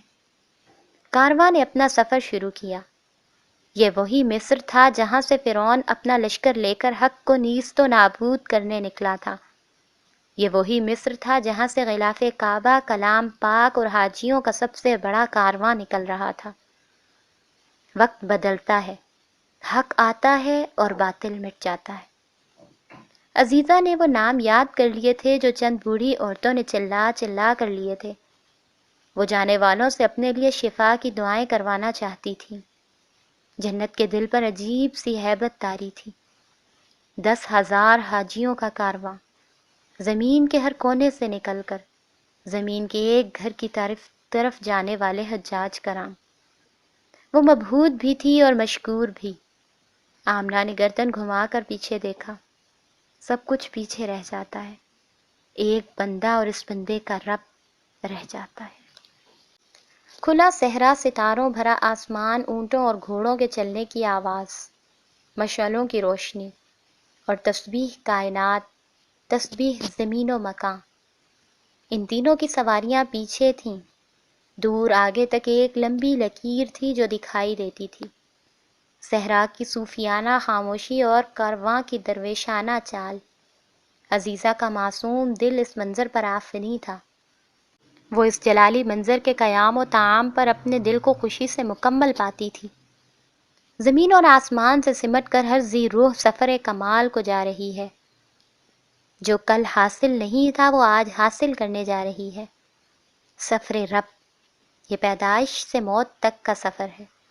سفر رضا، یہ ایک عمل سے دوسرے عمل کا سفر ہے۔ تینوں سر اٹھا کر آسمان دیکھ رہی تھیں۔ انہیں یہ توفیق اب حاصل ہوئی تھی کہ وہ جان سکیں کہ زمین اور مکان دراصل ہیں کیا۔ آسمان کا تھال، چراغوں کا مکان، یہ دراصل کس کی عظمت کو بیان کرتا ہے۔ صحرا کی وسعت، صحرا کی گرمی، سختی اور نرمی، اس کی استادی، اس کی چالاکی اور چال بازی، اس کا دلال، اس کی مہربانی اور اس کی بزرگی زندگی کا نمائندہ ہے۔ پیامبر بدل جاتے ہیں لیکن پیغام ایک ہی رہتا ہے۔ بندے سے پہلے رب کہتا ہے، میں حاضر ہوں میرے بندے، ہر جگہ، ہر ساعت، ہر دعا، ہر مقام، ہر روح، ہر شے میری مظہر ہے، ہر شہادت میری گواہ ہے، ہر تعریف مجھ سے شروع، مجھ پر ختم ہے۔ یہ سفر کا 20واں دن تھا۔ یہ گرم موسم کے دن تھے۔ کبھی موسم معتدل ہو جاتا تھا تو ان کا سفر تیز اور آرام دہ ہو جاتا تھا۔ وہ دن میں پڑاؤ کرتے اور دن ڈھلے ہی سفر شروع کر دیتے۔ ایسے سفر کے لیے صاحب حیثیت ہونے کے ساتھ صاحب ہمت ہونا بھی ضروری تھا۔ سفر لمبے ہی ہوتے ہیں لیکن جو سفر کٹھن اور سخت بھی ہوں وہ جہاد ہوتے ہیں۔ جس انسان نے اللہ کی عظمت کی معمولی سی جھلک دیکھنی ہو وہ صحرا کی وسعت میں آسمان کی وسعت دیکھے، رات میں دیکھے اور ستاروں کی قربت میں دیکھے۔ عزیزہ نے سر کو آمنہ کی سمت جھکا کر کہا۔ اور کیا کرے؟ آمنہ نے سر پیچھے اس کی سمت گھما کر پوچھا۔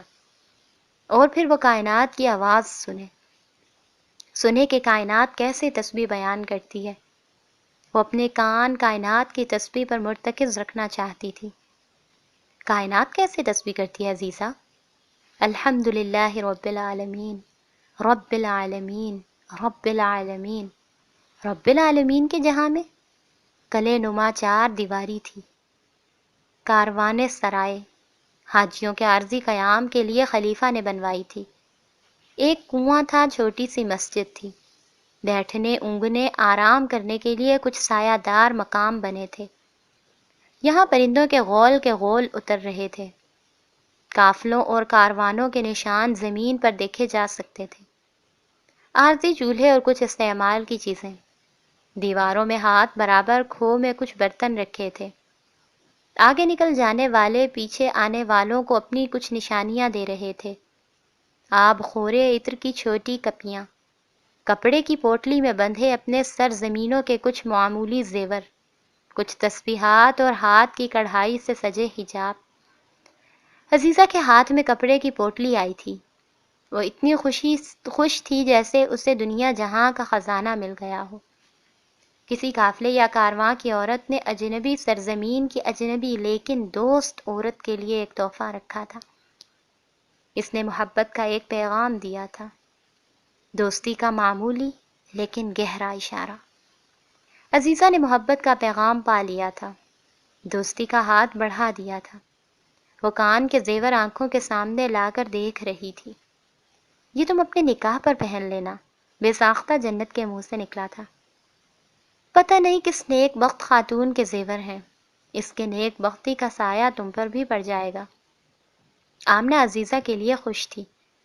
عزیزہ بھی بدلے میں کھو میں کچھ رکھنا چاہتی تھی، لیکن اس کے پاس کوئی زیور نہیں تھا۔ خرچ کرنے کے لیے ان کے پاس سکے تھے، یہ ان کی محنت کی کمائی تھی۔ درویش نے کہا تھا سفر میں سفر خرچ کی ضرورت پڑتی رہتی ہے، وہ یہ سکے سنبھال کر رکھیں۔ اس نے کچھ دیر سوچا اور پھر 3 سکے نکال کر کھو میں رکھ دیے تھے۔ جو دینا چاہتے ہیں وہ بھوکے رہ کر بھی دے دیتے ہیں۔ سخاوت سونے کے پہاڑ دینے کا نام نہیں، سخاوت اپنی بھوک رکھ کر کسی دوسرے کی بھوک کی مٹا دینے کا نام ہے، ضرورت پوری کر دینے کا نام ہے۔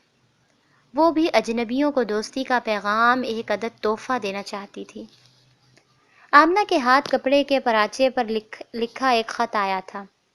زبان فارسی تھی، وہ پڑھنے سے قاصر تھی۔ کارواں میں کچھ لوگ یقیناً فارسی پڑھ سکتے ہوں گے، لیکن وہ کسی کے پاس نہیں جانا چاہتی تھی۔ درویش نے منع کیا تھا کہ وہ کسی سے بات نہ کریں۔ خط کو اس نے سنبھال کر اپنے پاس رکھ لیا تھا۔ جنت کے ہاتھ میں ایک تسبیح آئی تھی، یہ لکڑی کے دانوں کی تسبیح تھی۔ وہ تسبیح کی خوبصورتی پر حیران تھی۔ اسے یقین نہیں آ رہا تھا کہ ایسا باکمال تحفہ اسے مل سکتا ہے، وہ بھی ایسے صحرا میں اور ویرانے میں۔ جو ہماری چیزیں ہوتی ہیں وہ ہمیں ہی ملتی ہیں، ان کی حفاظت فرشتے ہمارے لیے کرتے ہیں، عزیزہ نے مسکرا کر کہا۔ آمنہ اور جنت نے ناسمجھی سے عزیزہ کو دیکھا۔ کیا واقعی میں؟ ہاں، یہی دیکھ لو کہ اتنے بڑے کارواں میں یہ سب چیزیں ہمیں ہی نصیب ہوئی ہیں، یہ ہماری ہی تھیں، ہر صورت ہمیں ہی ملنی تھیں۔ انسان کو اللہ کی رحمت پر یقین ہونا چاہیے۔ اللہ اپنے بندوں کو تحائف دینا جانتا ہے، اور وہ ان کے نصیب کی چیزوں کو حفاظت میں رکھنا جانتا ہے۔ سورج سر پر تھا، دن بہت گرم تھا۔ کنویں کے پانی سے منہ پر چھینٹے مارتے کارواں والوں کی آوازوں کا شور سنتے، گرم لو کے تھپیڑے سہتے وہ مر جانے کی حد تک خوش تھیں۔ درویش نے بالکل ٹھیک کہا تھا، وہ اصل کے مقابلے میں گھاٹے کا سودا کر رہی تھیں۔ اگر وہ پلٹ کر اصل کی طرف نہیں آئیں تو بہت نقصان میں رہیں گی۔ توفیق کی رحمت نے انہیں گھاٹے کے سودے سے بچا لیا تھا۔ وہ نماز ظہر کے لیے اپنی جائے نماز بچھا رہی تھیں۔ ادھر ادھر کارواں کھانے پینے سستانے میں مصروف تھا۔ اونٹ بان اونٹوں کو پانی پلا رہے تھے، گھوڑوں کی تھوڑی ناز برداریاں کی جا رہی تھیں۔ اونٹ جتنا اللہ لوک جانور ہے، گھوڑا اتنا ہی شوخا اور لاڈلا۔ پاؤں پاؤں چلنے والا بچہ بھی اونٹ کی بان پکڑ کر اسے کہیں بھی لے جا سکتا ہے۔ درویشی اور عاجزی اونٹ کی روح پر اتنی غالب آ چکی ہے کہ پیدا ہوتے ہی اس کے چہرے سے بزرگی جھلکنے لگتی ہے۔ جانوروں میں ایسی بزرگ صورت صرف اونٹ کو ہی نصیب ہے۔ کیا یہ لوگ اونٹوں کو نہیں دیکھتے کہ انہیں کیسے پیدا کیا گیا؟ کلام پاک میں مالک دو جہاں نے ان کا ذکر آسمان، پہاڑ، زمین سے پہلے کیا۔ یہ نمازی کی طرح جھکتا اور ایمان والوں کی طرح کھڑا ہوتا ہے، اس لیے یہ نبیوں کی سواری رہا ہے۔ عزیزہ کا سستانے کا کوئی ارادہ نہیں تھا، وہ گھوم پھر کر کارواں دیکھ رہی تھی۔ اس نے چہرے پر نقاب کھینچا ہوا تھا۔ وہ کارواں کے لوگوں کو دیکھنا چاہتی تھی جو اس کے ہم سفر تھے، جو اس پڑاؤ میں اس کے ہم نشیں تھے۔ اس لیے یہ کارواں ایک پورا جہاں تھا۔ وہ ساری دنیا نہیں گھوم سکتی تھی، لیکن وہ ساری دنیا سے اکٹھے ہوئے جہاں کو دیکھنا چاہتی تھی۔ ایک خاتون ٹھہر ٹھہر کر کلام پاک پڑھ رہی تھی۔ وہ پڑھتی جاتی، روتی جاتی۔ پتہ نہیں وہ رب کی عظمت پر آپ دیدہ تھیں یا اس کی محبت پر۔ کچھ دور ایک اونٹ باندھ سر کے نیچے بازو رکھے سو رہا تھا۔ اس کے دن کے خراٹے رات کے جھینگروں کو مات دے رہے تھے۔ اس کا اونٹ اس کے سر پر جھکا اس سے لاڈ کر رہا تھا، اپنا منہ اس کے منہ کے قریب لا کر اس کے منہ پر کھیل تماشا کرتی مکھیوں کا کھیل پر بات کر رہا تھا۔ عزیزہ ہستی، کیسی بے فکری نیند ہے اس کی، جی چاہتا ہے اس کے سر کے نیچے سے اس کا تکیہ، اس کا بازو کھینچ دوں۔ میرا خیال ہے کہ مجھے کچھ کنکریاں اکٹھی کر کے تمہیں دے مارنی چاہیے۔ تمہارے اندر کا شیطان ابھی بھی زندہ ہے۔ آمنہ نے اس کا بازو پکڑ کر کھینچ کر آگے کیا اور وہ اس بیچارے معصوم کو معصومانہ نیند سو لینے دے۔ ادھر ادھر یہاں وہاں کتنے ہی لوگ ٹولیاں بنا کر بیٹھے ہوئے باتیں کر رہے تھے۔ عزیزہ نے ذرا غور کیا تو اسے محسوس ہوا کہ ان میں سے بہت سے لوگ ایک دوسرے کی زبان ٹھیک سے سمجھ نہیں رہے، لیکن وہ باتیں ایسے کر رہے تھے جیسے زبان اور کلام کوئی مسئلہ ہی نہ ہو۔ انہیں سب سمجھ میں آ رہا ہے، انہیں سب معلوم ہو رہا ہے۔ ہاتھ لہرا لہرا کر جوش سے اشارے کرتے ہوئے شاید وہ اپنی اپنی سرزمینوں کے قصے کہانیاں سنا رہے تھے۔ عزیزہ کو شوق ہوا کہ کوئی قصہ اسے بھی سنائی دے جائے، لیکن اس کے لیے اسے ان کے قریب جا کر بیٹھنا تھا، جو وہ کر نہیں سکتی تھی۔ جنت نے اسے صاف صاف دھمکی دے دی تھی کہ اگر اس نے یہ حرکت کی تو وہ واپسی پر درویش سے اس کی شکایت کر دے گی۔ کچھ کنکریاں تمہیں بھی پڑنی چاہیے، تمہارے اندر کا چغل خور شیطان بھی ابھی تک زندہ ہے۔ عزیزہ کا منہ بن گیا تھا۔ چغل خور شیطان گردن کو خم دے کر آگے بڑھ گیا۔ دیوار کے سائے میں 20-22 عورتیں بیٹھی باتیں کر رہی تھیں، کچھ شوہر کی، کچھ بچوں کی، باقی ساس کی۔ ان کی باتیں لاجواب تھیں۔ تینوں ان کے ساتھ جا کر بیٹھ گئیں اور چوڑیاں سننے لگیں۔ دیکھ لو، نکاح ایسا جان کا عذاب ہے۔ آمنہ نے جنت کے کان میں سرگوشی کی۔ میرا خیال ہے کہ اصل عذاب صرف ساس ہے۔ جنت کو بڑا مزہ آ رہا تھا۔ عورتوں کے شکوے کبھی ختم نہیں ہوتے، وہ صحرا کے سفر پر کارواں کے ساتھ ہی کیوں نہ ہوں، انہیں اپنا پیچھا نہیں بھولتا۔ شوہر، بچے اور ازیان، ساس، دنیا میں کوئی عورت اتنی بدنام نہیں ہوتی جتنی ساس، ہے نا عزیزہ؟ مجھے کیا پتا، میں نے کون سا کسی بدنام زبانہ ساس کو بھگتا ہے۔ اچھا چلو فرض کرتے ہیں کہ تمہاری ایک عدد ساس ہے، تمہاری جان کا عذاب ہے، تو تم کیا کرو گی؟ کیا مطلب کیا کروں گی؟ خدمت کروں گی، ساس کا دل بدلنے کی کوشش کروں گی، پھر بھی وہ نہ بدلیں تو پھر ان کے دن اور جون دونوں بدل دوں گی۔ عزیزہ نام ہے میرا، ساس نامی مارکا کے سر کر کے ہی رہوں گی۔ تینوں نے کہا لگایا، لیکن 2-3 عورتوں کے کانوں میں عزیزہ کے نیک ارادوں کی بھنک پڑ چکی تھی۔ وہ سر گھما کر اسے گھور کر دیکھ رہی تھی۔ وہ اس بدتمیز لڑکی کی شکل یاد کرنے کی کوشش کر رہی تھیں تاکہ بھول کر بھی وہ اسے اپنی بہو نہ بنا لیں۔ بھول جانے والی ساری باتیں بھلا کر وہ نئے سبق یاد کر رہی تھیں، صحرا کی کہانیاں سن رہی تھیں۔ عزیزہ ایک ٹیلے پر جا کر کھڑی ہو گئی تھی۔ آمنہ اور جنت بھی قریبی ٹیلوں پر کھڑی ہو چکی تھیں۔ اس نے دیکھا کہ بے آباد صحرا کو انسانوں نے آ کر آباد کر دیا ہے۔ یہ صحرا جو اپنی جان میں پورا تھا لیکن ادھورا تھا، اسے انسان نے آ کر مکمل کر دیا تھا۔ زمین اپنے اوپر اور اندر جتنی بھی خاصیتیں رکھتی ہے، پہاڑ، دریا، جانور، صحرا، چرند پرند، خزانے، ان سب خاصیتوں کو انسان کی روح کی سانس لگتی ہے تو وہ بھی سانس لینے لگتے ہیں۔ ہر شے کہیں نہ کہیں جا کر انسان سے جا ملتی ہے۔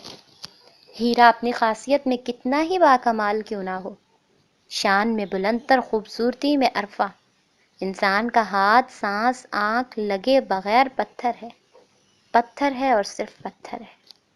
جوہر کو جوہری نصیب نہیں ہوگا تو وہ پھر جوہر بھی کیسے ہوگا؟ کیا دیکھ رہی ہو؟ اللہ کتنا بڑا ہے! تو یہ تمہیں یہاں آ کر معلوم ہوا ہے؟ میں نے قاہرہ کے محلوں سے صرف آسمان دیکھا تھا، قاہرہ سے دور یہ صحرا اور آسمان دونوں دیکھیں تو مجھ پر آشکار ہوا کہ جس چیز کے کنارے نہ ہوں وہ بہت بڑی ہوتی۔ میں چھوٹی تھی تو میں نے سمندر کا سفر کیا تھا۔ اس سفر نے مجھ پر عجیب کیفیت طاری کر دی تھی۔ کشتی کے عرشے پر کھڑے ہو کر میں نے دیکھا تھا کہ پرندے دیوانہ وار سمندر کی وسعت پر پرواز کر رہے ہیں۔ صحرا اور سمندر یہ پرندوں پر بھی ہیبت طاری کر دیتے ہیں اور پھر یہ دیوانہ وار پرواز کرتے ہیں۔ یہی ان کی تسبیح ہے، یہی ان کی ثنا ہے۔ انسان کو بھی ایسے ہی دیوانہ وار ثنا خواں ہونا چاہیے۔ زمین کہیں تو ختم ہو ہی جاتی ہوگی عزیزہ۔ آمنہ عزیزہ کے تدبر سے متاثر ہوئی تھی۔ کائنات بھی کہیں ختم ہو ہی جاتی ہوگی، لیکن یہ شروع کہاں سے ہوئی ہے؟ اصل عظمت تو اس میں ہے۔ اب تم عالموں جیسی باتیں کر رہی ہو۔ جنت نے چلا کر کہا کہ آواز اس تک چلی جائے۔ کیا اسی لیے حج فرض ہے کہ ہر انسان زمین کا سفر اختیار کرے کہ اس پر رب کائنات کی عظمت کی نشانیاں آشکار ہوں؟ وہ زمین پر چلے پھرے اور دیکھے کہ اس کا رب ہر شے پر غالب ہے، ہر روح اس کی نمائندہ ہے۔ میں نے صحرا کی رات میں اپنی روح کی آواز سنی ہے۔ وہ کہتی ہے ایک سجدہ جسم کرتا ہے، ایک سجدہ روح کرتی ہے۔ انسان کو اپنے نفس کو اس روحانی سجدے پر مائل کرنا چاہیے، اسے ایسے جھک جانا چاہیے کہ منکری کو مٹا دینا چاہیے۔ میں نے صحرا کو بڑا فرما بردار پایا ہے اور مجھے اس سے بہت شرم آئی ہے۔ یہ تنہا ہے، جلتا ہے، تڑپتا ہے، لیکن یہ اپنی جگہ سے سرکتا نہیں ہے۔ یہ ہر حال میں فرما بردار ہے۔ اپنی پیاس کے لیے یہ بارشیں تک نہیں مانگتا۔ یہ نخلستان نہ بہار نہ باغ، یہ اپنے حال پر راضی ہے۔ اپنی خواہشوں کی تڑپ کے لیے ہمیں صحرا سے سبق سیکھنا ہوگا۔ ہمیں سیکھنا ہوگا کہ گرم ہوا، جھاڑیاں، کانٹے، سیراب، ریت کے طوفان اور نشان بدلتے صحرا کے رہنما، اگر ان سب کے ساتھ صحرا قائم رہ سکتا ہے تو انسان بھی رہ سکتا ہے۔ تو کیا اسی لیے حاجیوں کو صحرا کے سپرد کیا جاتا ہے تاکہ وہ اس سے سیکھ کر آگے جائیں؟ جنت کو عزیزہ کی باتیں سمجھ میں آ گئی تھیں۔ سفر میں ملنے والا ہر نشان استاد ہے، رہنما ہے۔ زندگی بھی تو ایک سفر ہی ہے۔ ایک عورت انہیں دیکھ کر ان کے پاس آئی تھی۔ وہ انہیں کھجور کے حلوے کی خشک ڈلی دے رہی تھی۔ یہ کھا لو، یہ جسم کو چست و توانا کر دیتی ہے۔ عزیزہ نے پوری ڈلی فوراً ہڑپ کر لی۔ تھوڑی اور چستی توانائی ملے گی۔ عورت نے ہنس کر اسے 2-3 اور پکڑا دیں۔ تم تو ہوا ہو، تمہارا سستی سے کیا تعلق؟ بڑی بھوکی ہو ویسے تم، اکیلی ہی 3 کھا گئیں۔ عورت کے جانے کے بعد آمنہ نے منہ بنا کر کہا۔ عزیزہ نے کہا لگایا۔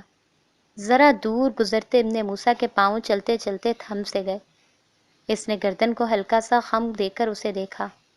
غیر محسوس اس کی کمر سلگ اٹھی تھی، لیکن وہ زیر لب مسکرا بھی دیا تھا۔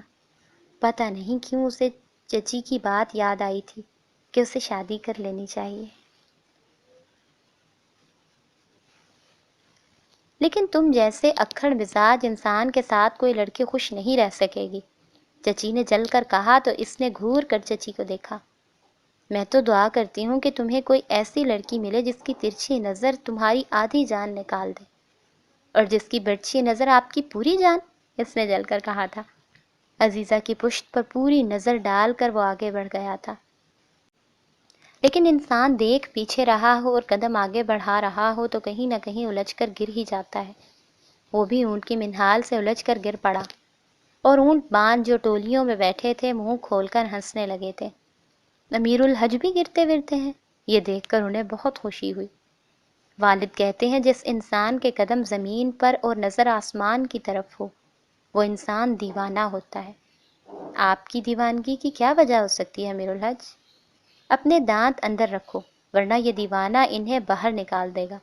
امیر الحج واقعی میں دیوانہ تھا۔ آپ تو غصے میں بھی ہیں۔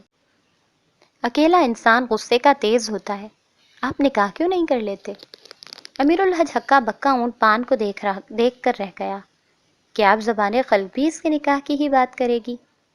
کیا قاہرہ کا کوئی خاندان آپ کو اپنی فرزندگی میں لینے کے لیے تیار نہیں ہے؟ اونٹ بان کا مذاق ختم ہونے میں ہی نہیں آ رہا تھا۔ قاہرہ کے خاندان مجھے فرزندگی میں لیں یا نہ لیں، لیکن قاہرہ کے قید خانے تمہیں شرف قید میں لینا پسند کریں گے۔ او اچھا، لیکن کیا ہی اچھا ہو جو آپ حاجیوں سے کہہ دیں کہ وہ آپ کے لیے نکاح کی دعا کریں۔ کیا پتہ اللہ کے گھر میں آپ ہی کا نکاح ہو جائے۔ امام کعبہ کو خوشی ہوگی امیر الحج کا نکاح پڑھانے میں۔ خوشی تو اسے بھی ہوگی، لیکن امیر الحج نے سر کو جھٹکا۔ والدہ ہوتی تو اور بات تھی۔ وہ کارواں کا امیر بن کر اپنے پیچھے اپنی اولاد کو یتیم کرنے کے لیے نہیں چھوڑ سکتا تھا۔ یہ اس کا خوف تھا۔ وہ ابھی تک اس خوف سے نہیں نکلا تھا۔ اسے لگتا تھا کہ اس کا بیٹا بھی اس کی واپسی کا انتظار کرے گا اور پھر قاہرہ کی خاک کو اپنے سر میں ڈالے گا۔